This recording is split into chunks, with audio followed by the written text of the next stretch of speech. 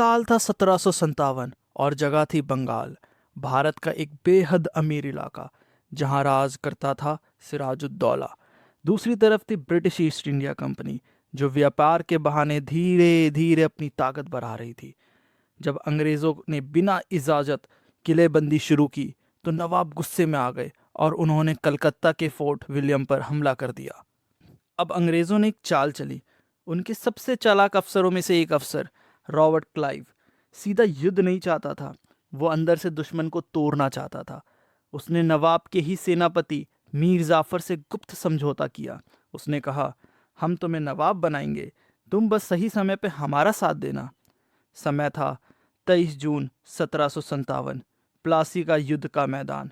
एक तरफ नवाब की बड़ी विशाल सेना, दूसरी तरफ अंग्रेजों की छोटी लेकिन संगठित सेना। युद्ध शुरू हुआ, लेकिन अचानक कुछ अजीब हुआ। मीर जाफर और उनके सैनिक चुपचाप खड़े रहे।